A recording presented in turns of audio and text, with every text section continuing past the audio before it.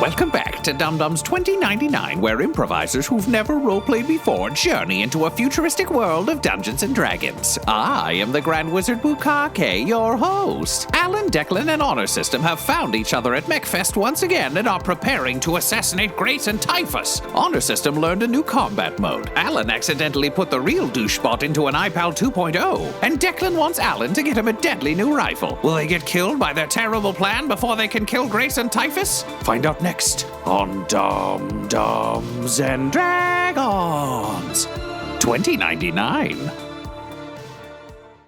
My security has to be able to test with ammo with all parts. Okay, great. Well, why don't we just set up a meeting for next week? I was thinking more today or never. Shit, Laura, I was 100% going to cut you off, but man, the or never is fucking pretty good. So you can see his face turn many shades of colors. It's not like an implant or an aug. It's just him really cycling through some pretty big emotions. Yeah. He seems real concerned. You can also see, like, FF&S doesn't have a huge presence on the floor, given the disappearance of one of the Fs of the FF&S. Mm-hmm. That's not entirely surprising.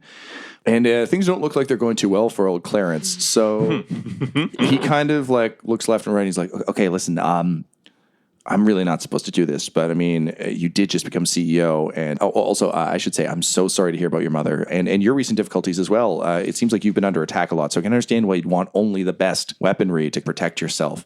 Look, FF&S has one of the booths. If you want to swing by just after the opening address, I could probably hook you up. I give Alan a nod. My security will be by that time. I was hoping you were going to say my violent butler. Yeah. And I shake his hand. He seems so happy. And he's like, oh, thank you. Thank you so much. That's great. That's great. We'll see you then. So I'll set the sample rifle back down, head off with Alan. I look like a kid at Christmas. Like, I am going to have the best gun. And I cannot wait. Also, we don't even have to steal it. There's a part of me that hates myself because I know this is what it feels like to be a CEO for everybody else. But it's a gun. I'm going to have such a good gun. I'd also like to say, normally I would have made you guys roll for that, but fuck, that argument was pretty bulletproof. And then as I was thinking through it, I'm like, also legitimately, Tiffany's almost been killed twice. She was attacked by a robot panther. Yeah. All of her escorts got killed on a highway. And then her mom got killed in a similar fashion like a month later. Like, yeah, I feel like I would be like, oh, you want to buy some? I'll sell you some guns. Honor System, have you been doing anything during this, or are you just kind of standing by? Standing by. I think for Honor System, the next step is we need to get Grace and Typhus out in the open. You know, we haven't seen him yet. We haven't seen Adonis yet. We need to hack a robot. Or we could use it maybe on a mech if it's a non-Typhus mech. There's options. Well, the mechs still require pilots. So yeah, it's I know, but you and me. Oh, Honor System. I do not need a mech today. I have a new gun. So, Tiffany, there's sort of a buzzing, and what do you think Tiffany's ringtone would be? It's Sandstorm, okay, 100%. Darude Sandstorm starts blaring, and the iPal 2, unfortunately, has, like, much better speakers than the iPal 1. It is like the opening of Blade 2 up in here, just blasting Sandstorm, which means a call is coming in. He's like, yo, Tiffany, I got a call for you. You got to listen to it right now. All right. Cool. Answer call. This guy's probably a dick. And the speaker's clicking, and I think it probably hacks your subdermal. Yeah, it would have to. It's not going to broadcast in the entire room, right? Yeah, exactly. You hear Grayson saying, like, Tiffany, I was glad to see that you scanned in. I wish you would keep your iPal under control, but I suppose I can't expect a full 180 from your previous life so quickly. Nevertheless, we are about to begin our opening remarks. Adonis is quite eager to see you, so if you'd like to join us up in our booth, that would be appreciated. Leave your security. We have more than enough up here. I'm on my way, Mr. Typhus. Bye. Bye. Ridiculous. So he clicks off, and you begin to make your way. So Declan and Honor System. Sorry, just a question, Tom. How long would it take me, because I imagine I would know this, to like revert back to my genetic code and upload Bourbon Sherbet into the new iPal? I just want to know what the timeline is for that. The false genetics are kind of a complex, think of it a little bit like a mosquito patch. So it's the kind of thing where to revert back, you can basically slap a patch on that will slowly seep into your skin and over time kind of sweat out the fake genetic coding and bring it back to yours. Okay. So I think maybe 30 minutes. Thank you. You're welcome. So basically, Tiffany has been invited up to one of the Typhus boxes to meet with Adonis. Grayson Typhus is about to give his opening statements, which is kind of like a welcome, typical kind of kiss the ring bullshit. After that, there's 2 unveilings scheduled. So there'll be an unveiling, a bit more time to schmooze and purchase, and then the new mechs will be revealed as the last major event before a DJ takes over and the place kind of becomes a dance party. So I'm supposed to pick up the icebreaker immediately after the opening remarks. System, the last thing we got to do is try to find any mechs we can, correct? Like non-Typhus, you might be able to steal it mechs, or if we can find a Typhus ID, like maybe there's a mech pilot we could take out and steal his keys. Yes. Okay, there's our plan. Cool. So you're doing the GoldenEye special. You just want to find the Canadian pilot of the EMP shielded helicopter. Yeah, great.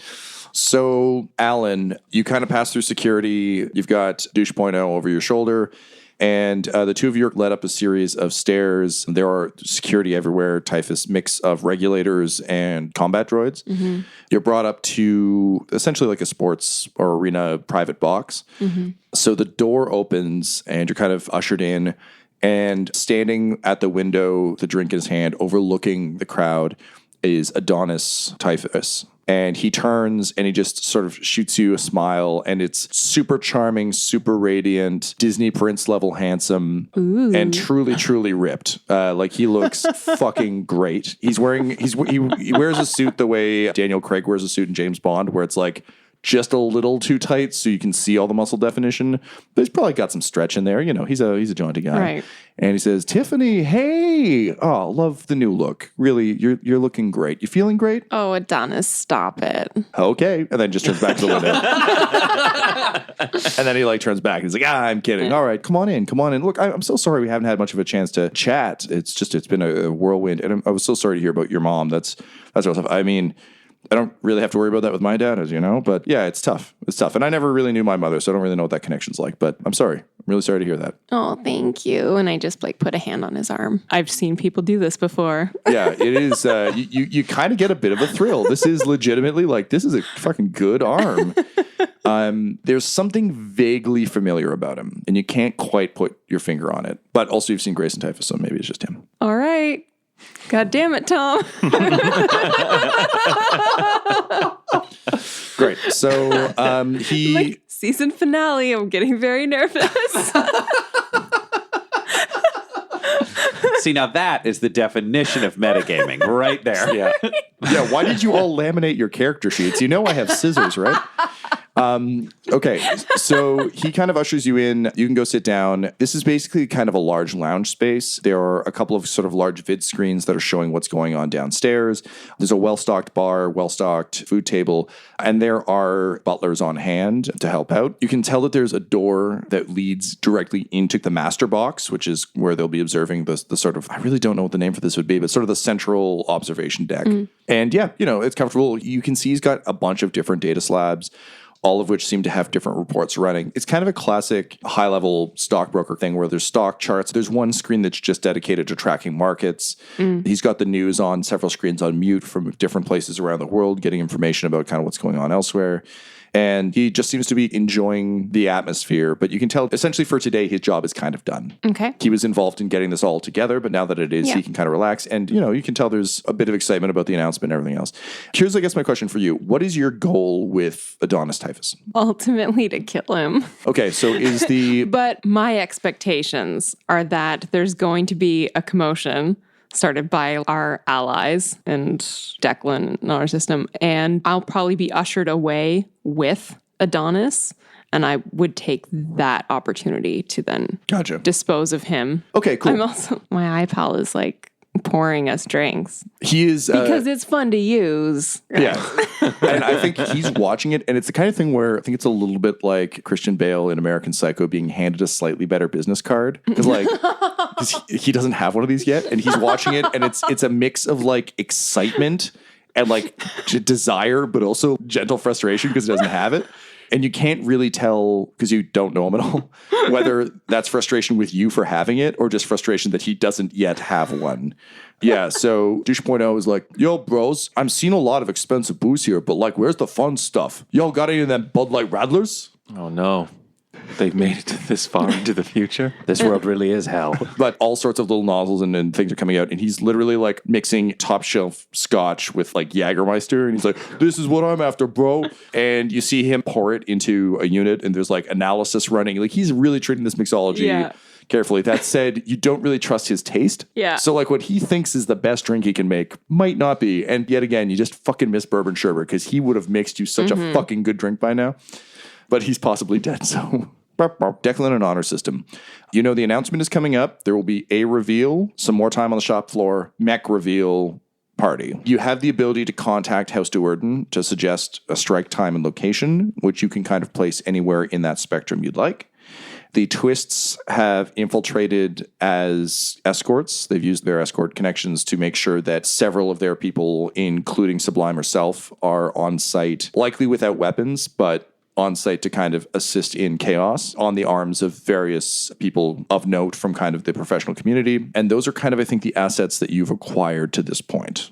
Yeah, that makes sense. What's the plan for you guys? Is it to wait for some of these reveals to see kind of what's actually happening? For example, you can change this, but currently, where would you like to place the Duerden signal? Right now, I think we're leaning towards just after the mech launch. If we think that's where the wedding announcement is going to be, then everything big drops. Every card has actually been revealed. We're not wondering what mech could stomp out to stop us 5 minutes after an earlier revolution. Yeah. These are wise choices. Yeah, then we can be like much more informed on that. It's the signal we talked about, which I imagine we also would have coordinated with the twist, just that we have like a nice, easy, if we don't send word, everybody knows what's up. Yeah, well, and they know their business, right? Like when they see things start to go, they'll cause chaos however they can. Yeah, but I think for this first one, we just got to watch because this could change the game or it could change nothing. So we probably go and watch the crowd. Got to try to find maybe a mech pilot or two because I've been doing some thinking. And you know what? My survivability does go up if I'm a man with a gun in a mech rather than a man with a cool gun in a hallway. There are no pilots that you can see. You get the sense that if there were, they would likely be in the upper ring. That's kind of the holding pen for all the major staff. System, you think any of them will come down to just sort of like march around and sign shit for fans during this opening, perhaps? It is possible, especially as we draw closer and closer to the reveal. Okay, so let's go watch the opening announcement. We'll try to stand in an area where we think there might be VIPs or any of that shit, because all it takes is one person to need to take a dump. Bam, we got mech keys. Gotcha. So all of you gather sort of with the crowd as Grace and Typhus appears in the sort of central... The Popma room? Yeah, the Popma room. Alan, I think you and Adonis, in order to not spoil the wedding reveal, are still hanging out in Adonis's box. Okay. But you're watching it and like the door's open. Like you can see in, but you're out. So you're observing it kind of on vid screens and that sort of thing. Inside the corporate box, there is Grace and Typhus. There is Carmine Falstaff. Goodness. There is the head of security for Typhus is kind of over his shoulder. And there's also Maximus Brock, who is the CEO of House Laca. And as the lights go down and all the spotlights come in, Grayson's face is projected out in front of the view booth in a large way. So it's just kind of a giant talking head situation. When he says, welcome everyone to Mech Fest. It's a very important time of year and it's a very exciting event. And we're happy to provide these entertainments and revels for the fine people of Nairfrost and from all over. Speaking of all over, we have a couple of important announcements for you today, and we'll be spreading some surprises out throughout the night. But before we get too deep into it, we are, of course, saddened by the treacherous events of the past little while of House Ventus, once an honored member of the conglomerata, turning its back on everything we hold dear. And we're very happy to announce now, and he looks down at his watch, he's like, as of 1 minute ago, House Ventus is no more. And immediately it cuts to a video of the CEO of House Ventus kind of cornered in his office, like with his hands up, and just a bunch of regulators just pump him full of ammo. So I am pleased to announce that a proper successor has been chosen, someone of great integrity and value, and he motions to Maximus Brock, who kind of stands forward and waves. We're pleased to announce that House Laca will be joining the ruling houses to take House Ventus's place. And as a sign of the newfound friendship and companionship and working relationship between House Typhus and House Laca, as well as between Waterdeep itself and with Nairfrost, we are proud to announce a new line of samurai bots to replace our current line. Behold, the collaboration between two great houses, the Ronin bot. And he pushes a button and the laser shielding drops. And essentially there are a bunch of mad upgraded samurai bots that seem to kind of have a wrist-mounted assault weapon as well as chainswords. Size-wise, they're a lot slimmer. I've always imagined Honor System is kind of bulky. A little bit, yeah. Yeah. Built kind of like the old Terminator, right? Like he's broad, he's heavy. RoboCop, Terminator, yeah, like a bulkier build, but Yeah, so these guys are a lot slimmer. You get the sense probably a lot faster. They seem to have less shielding, at least less mechanical shielding. But kind of as you look, they do that thing like the guards in The Last Jedi where they just all take kind of a different fighting pose. Okay. And he says, and of course, best of all, we are honored to incorporate House Laka's patented shielding tech, and immediately bluish bubbles appear around all of these droids. So to really give all our clients the best of advantages. And moreover, we are happy to announce that as a special thank you to all of our clients worldwide, the first round of Ronin bots will be deployed into your service tonight at midnight. We will recall all existing samurai bots and replace them with the newest top-of-the-grade machines. Now, you may wonder why we're willing to incur that expense. We believe that it is our job to provide you with the highest quality robot, and these will make your wars ever so much more fun. And there's just like explosive applause. People are just all about it, and they're thrilled. He kind of like claps Maximus on the back, and Maximus claps him on the back, and they both laugh. And he says, to that point, I have a very exciting union to announce, because, you know, truly, it isn't just bringing House Laka into the fold as a corporate partner. I'm honored to bring them in as a familial partner. And in the booth, Adonis turns to you and says, I'm really sorry about this, but business is business. And he walks out, and Typhus says, I am pleased to announce that my son will be marrying Maximus Brock, bringing our houses closer together than ever before. And there's just fucking explosive applause, but you see Carmine Falstaff's face fall. This is fucking bad news. And Alan, the door closes behind him. The door closes to the outside, and the guards raise their weapons. So the guards level their rifles at you, and, you know, there's applause from outside, the announcement finishes, and then all of a sudden, all of the windows change to a general vid screen of Grace and Typhus, who's clearly in a different suite now, and he says, hi. So, look, I know this is kind of shitty, and I apologize for pulling this on you, but with all the stuff that happened with Ventus and how long it took you to take care of Bethany, I had to be sure that the person I was allowing to marry into the family was really committed to the cause. And happily, Maximus was only too happy to sign over the rest of House Laka to me. So here's the deal. I don't want to kill you. I like you a lot, and I think you're a valuable member of the ruling houses. And honestly, I even want to keep you on as CEO of Rathburn. But I'm going to need you to sign Rathburn over to me. This will no longer be a marriage. You'll no longer be the head of a house, but you will be still head of Rathburn. Adonis will be much happier with Maximus. And I'm many things, but I'm also a father. So I thought I could give him a win where I could, and I did. All I ask is if you sign House Rathburn over to Typhus, you'll remain as CEO, you'll continue with the lifestyle you have, you'll be loved, adored. Hell, if you're interested in operations, I have a lot that you can get involved with. We have some very recent acquisitions from Ventus that you might have some interest in, but I'm going to need you to sign the contract. Otherwise, these fine gentlemen will bring to the end a life that I truly value. And you hear them all like cock their laser rifles. If you agree to these terms, we'll find an appropriate time both to sign the contract together and to make the announcement. Well, Grayson, you got me there. Tiffany, I knew you were reasonable. Thank you so much.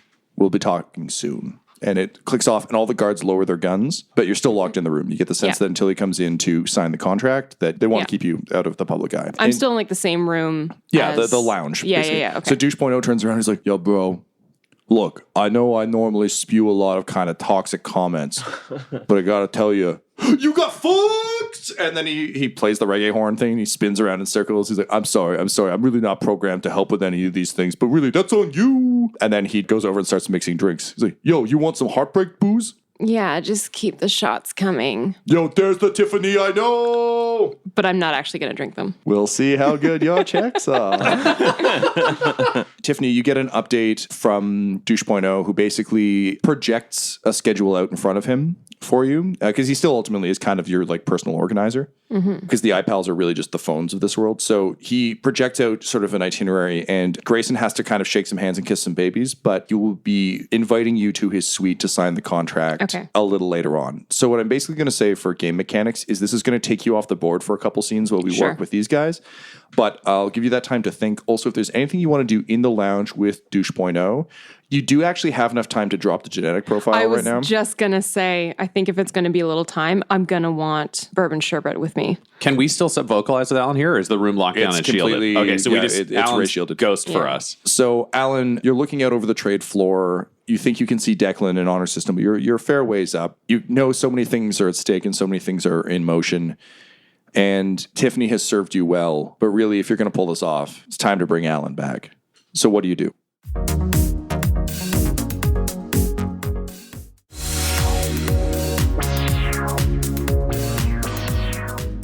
Okay, this is just me like rolling up my sleeves kind of and getting into it because so many times when shit has hit the fan, people have died.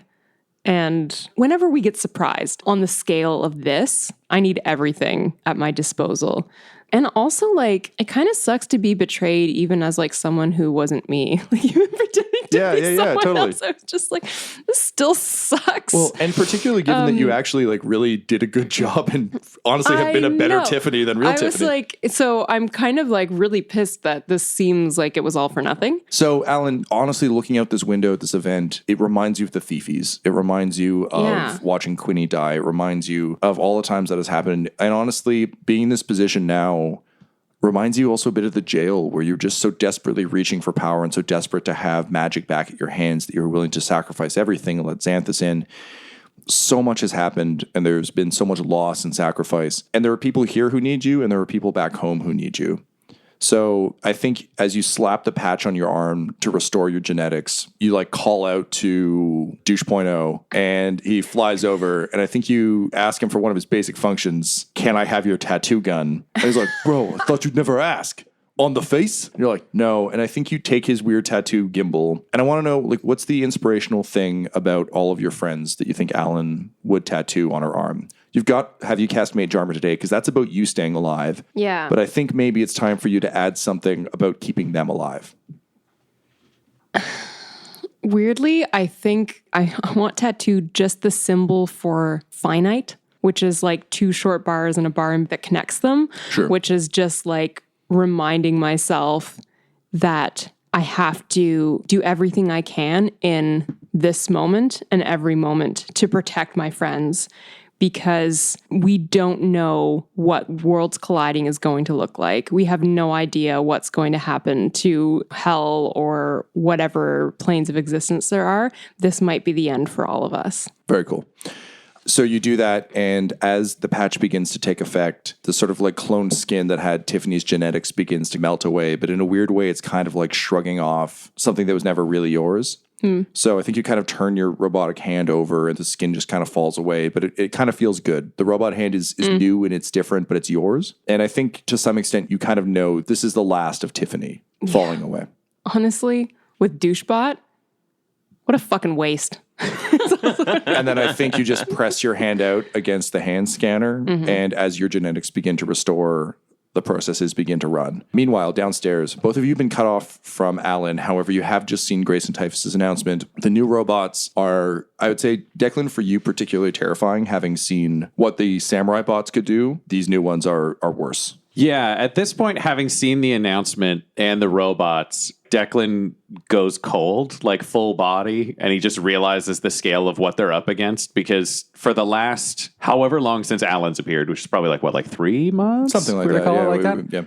Yeah, for the last 3 months, there's been like a lot of hope and a lot of aces in the hole and a lot of the belief that we can actually get this done. So there's a moment of panic, but he's also kind of a functional sociopath. So then there's also the moment of realizing, oh, this is just what it was like before Alan got here, where it went from like a winnable battle to a spiteful, suicidal last stand. There's something comforting in that. It makes him more of a man of action than not. And he's just there and he sub-vocalizes because he's still a pro, you know, the guy gets it done. Honor system. Okay, so this just became a suicide mission again. This is a full hostile world takeover by a single tyrant at midnight. Because if everybody gets fucking Ronin droids and they're all controlled by Typhus, He fucked over Ventus. He's fucking over Alan right now. He's fucking teamed up with this guy. He's replacing everyone else. It's all the cards. It's all the fucking cards. If he leaves this building and this happens at midnight, we're fucked. We'll never get to him again. There's no one to play against him because there's no one else. So honor system, as he's saying this, you're also running scans and running through what you know of these robots and staring at them. I mean, in X-Men terms, this is humans realizing mutants exist and realizing that Homo superior is a thing. So, A, what are you feeling about robots? And then if you can give me your response to Declan, that'd be great. I'm feeling like words like evolution and the next step and things like that are being thrown around to describe this new model. They're still slaves. They're still mindless killing machines that can only do what they're told. And so I don't know if there's much of a distinction for honor system. I don't think that is the part of these events that really bothers him. It is more like what Declan said regarding this is the last shot at Typhus before he becomes untouchable. And honor system is selfless enough that he's fine with the suicide missions as well. It was a suicide mission before, and it can be again, because the tenets of his system and wielding a blade and things like that, like there is honor in that, and to die well can be the end of a good life. So how does he respond to Declan? It's subdermally communicated, but we're side by side. Yeah, right? we're in a crowd, yeah. He'll just nod at you knowingly, just one nod of the head. How many Ronins are there? Is it just the 6 that have been displayed? They're the ones up on the platform, but basically as soon as the announcement was made, a bunch of them started like filing out, and you realize that part of the reason the security was so light is they knew that they were going to pad it with the new units. They just couldn't reveal them yet. System, this is one of those days where we got to swing pretty fucking big. Do you think we could find an out-of-the-way Ronin, and are you willing to go toe-to-toe inside your head? Yes. Because if we can put you in a new body, you can theoretically walk around in a way nobody will ask questions about. I've got the info from this fucking goblin, but if we can kill somebody important enough, we might be able to get ourselves up in that high-end booth. The show starts, the chaos starts, we start shooting, and hopefully everybody goes down before we do. Let's find me a new body. As you go to leave, suddenly you're bumped from behind, and Declan, you turn to find a butler standing there holding a tray with 2 drinks. And you immediately recognize it as Drizzt, and he subdermally says to both of you, "Glad to hear we're all on the same page," and then hands you your drinks and walks away. Well, that is sort of heartening more than it should be, but you know, it's always nice to know we'll die in good company. Honor system, like, puts his drink on the floor.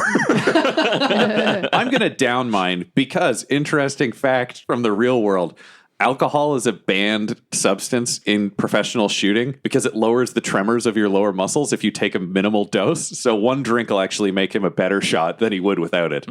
Let's go get my fucking gun real quick. So, Declan, you're led up. Honor system, I don't think can come with you on this because it would be odd to just have a random... From another house. A, that, but B, because he's wearing the insignia of House Typhus. Basically, the second the Ronin droids show up, all the samurai droids, they've basically shifted from being the elite troops in the room to being the rent-a-cops. Yeah. So it would be very strange to just have like one be like, don't mind me, just here to pick up some weapons. Yeah. So you're brought into the FF&S suite. You've noticed the bar looks like a whirlwind hit it, and Clarence Saleh is like, I'm so sorry. Mr. Falstaff was in here earlier, and yeah, he's been having a bit of a rough time. So just forgive the drinks, but he'll be very happy to hear about your interest in the weapons. So if you come over here, and he kind of like leads you over to some very elaborate, expensive suitcases, like they just look like they're fancy people luggage. And he unzips one, and inside it's a padded gun case. And he takes out the body, and he like screws on the barrel and flicks a couple switches and says, and here you are, sir. So as I warned you, the ammo generator is still suffering from some malfunctions. So you'd have to be very, very careful with it. Obviously, we can't fire it in here, but this is what the weight of it feels like. And he hands it off to you. Interesting. This is a good balance. He said about 30% overheat chance, sometimes explosive, sometimes not. But the trade-off, especially with the new Ronins, not that anyone would use them for something shady, but we both know somebody's going to use them for something shady. We are putting together a Rathburn sniper corps, so I think we could put together a very large order in short order. Can you roll me a notice check? 4. You can't quite tell what's up, but he seems a little shifty. There's more sweat on his brow. He seems a little uncomfortable. What's going on, my friend? You seem a bit off. Oh, just the idea of a sniper corps is very exciting, but also a little scary. I mean, FF&S, we were always just a little worried when we hear another house is building a thing. This is a meta question, so bear with me. That's fine. Declan's bad with people. Yes. How would he deal with deception, do you think? How would he observe it? Would he observe it? I think he's got an innate deception sense. Like, I think one of the reasons he has a problem is I'm not sure he's always able to tell the severity. Paranoia, yes. He's not able to tell the severity of a lie. Like, any lie could be they're going to pull a gun. And he's and also shoot. a tinfoil hat, so this actually makes a lot of sense. All right, so roll me a check, please, and add 2. Paranoia check. That's 6. Okay, he's definitely lying. That is not what's concerning him at all. All right, so I know you're lying, which is very disconcerting. However, I think we both know that the announcements that just played over the speakers during that first stretch are a real big problem. So I'm trying to figure out whether you're lying to me because you have a problem with me or whether you're lying to me because you're worried about some sort of third party. He just immediately bursts into tears. He's like, oh, fuck, man. Fuck, we're fucked. We're fucked. And he goes to the counter and just grabs a drink and he just slams it back. And at this point, you realize he's just like going for the bottle. And he's like, it's nothing to do with you, sir. You seem like a very trustworthy fellow. And I'm very excited to get to sell you a lot of guns. But they're impact rounds. They're meant for armor, not shielding. We're fucked. Okay, see, that's a very good share. Now, here's the thing. So you're fucked, I'm fucked. It seems like we're sort of all fucked. However, I have a very specific in with Tiffany Rathburn, as you've known. And I actually haven't been sent here for no reason. I've been sent to speak with you because I have the right to negotiate on her behalf. And I have an offer that I'd very much like to make to Carmine Fullstaff. Well, you're not going to tell him don't tell him I told you about the shields. Oh, no, you and I are the very best of friends. Don't worry about that. I'm going to tell him that I'm making a huge order because I am. Okay, shit. And he immediately like puts the bottle back and like does that thing teenagers do where he like fills it with some water to try and make it seem like he hasn't been drinking Falstaff's booze. And he kind of rearranges it. And if he catches you, tell him you had to serve it to me. Oh, thank the captain. Okay, that's great. That's so good. Thank you. Thank you so much. Okay, hang on. I'll go get him. And he leaves like talking into a comm that's built into his cuff so that it looks like he's an old shitty CIA agent. I like that. Takes me back to my childhood.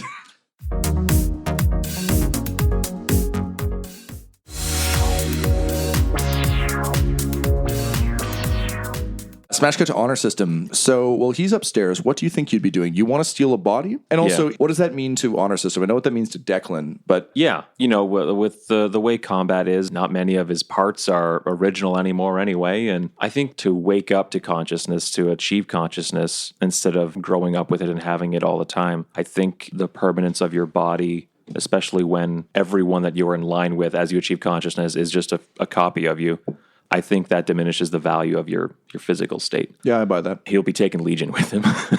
But, I figured, yeah. But that's about all of his physical attachment is to Legion. Okay, cool. What you know about trying to brainjack one of these guys is they're the ones that Freddy and Atrix actually, because Atrix sent you the hijack chip. Correct. So this is the kind of model that Atrix said he couldn't crack. Mm-hmm. I guess I'm curious about what do you think brainjacking a highly advanced robot who actually has theoretically a better CPU than you but lacks consciousness looks like? He's going to try to, sort of similarly to his first time infiltrating this place, was single one out and try and get them somewhere where he can deal with them covertly. Cool. Very cool. Okay, honor system.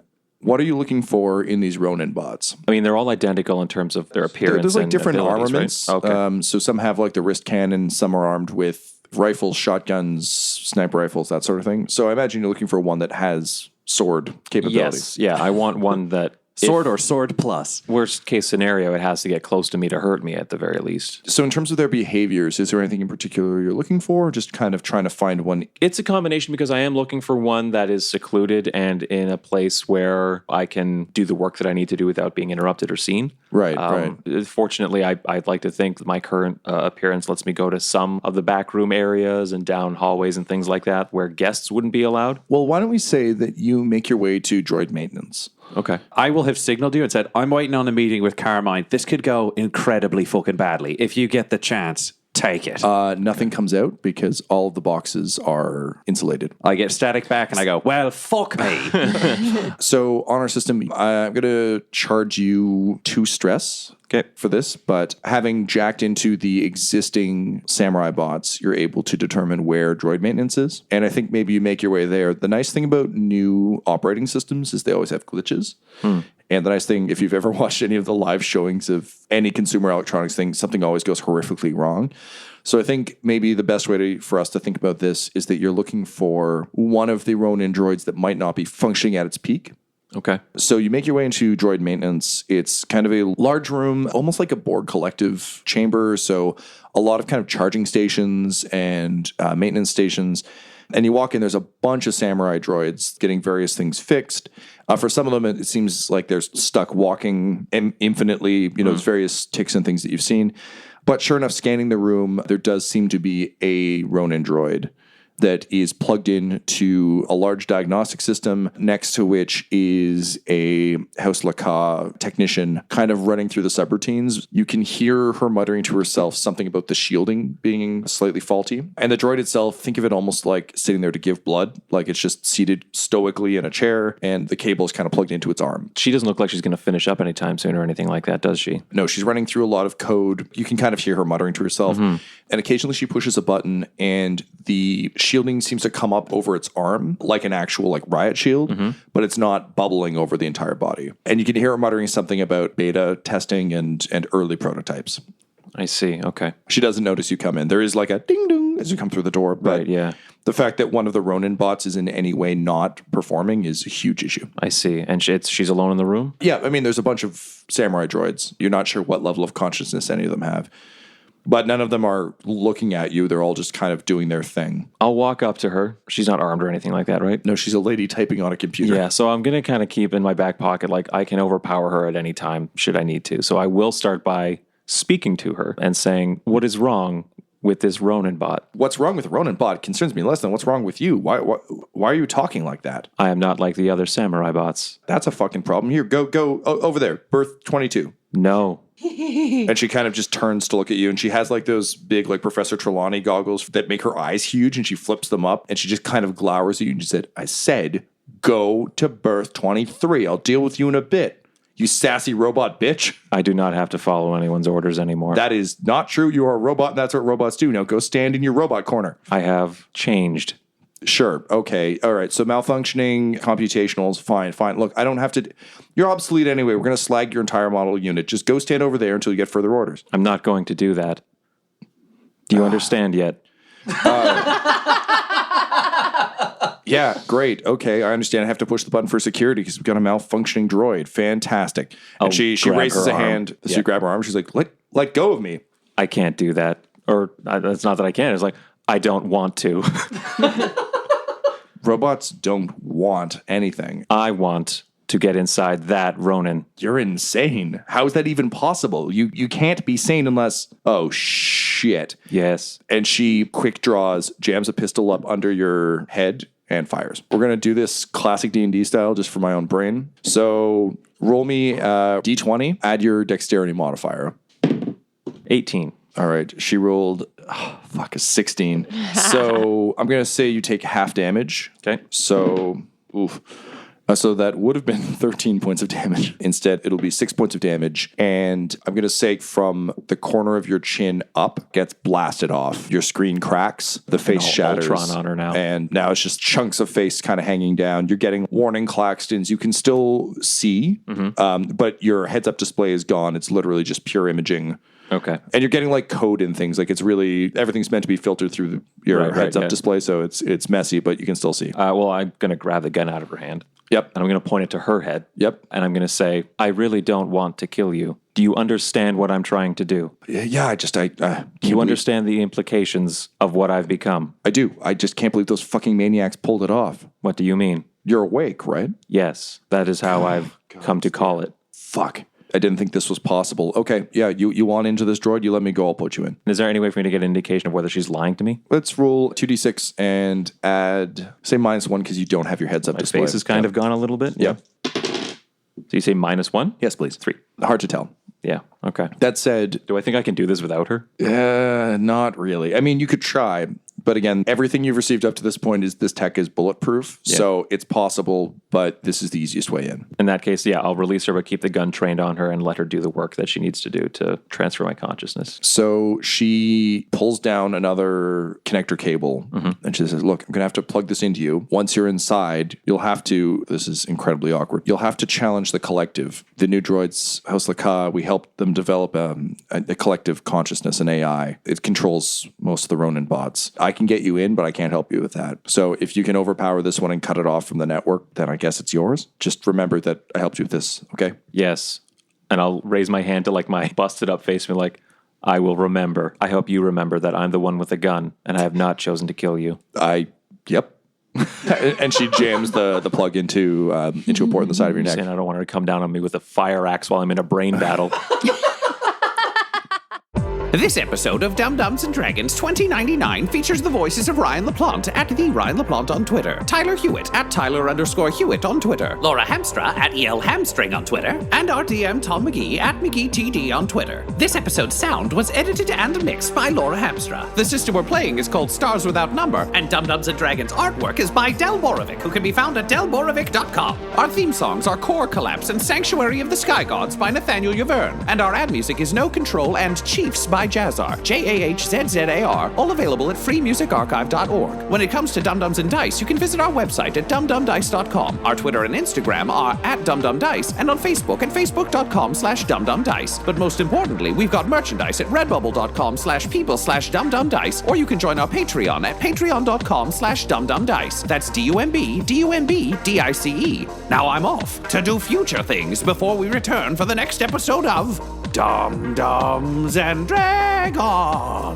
2099. Dum-Dums and Dice has to give a special thank you to the supreme beings of our Patreon at this time. Christian Menicola, Long Long, Jason Denson, James Cuellar, DM Rob, Christopher Little, Joshua White, and Jill and Noel LaPlante. If you want your name to be added to this list, you can join our Patreon too at patreon.com/dumdumdice. Thanks to them, and a little bit of thanks to you.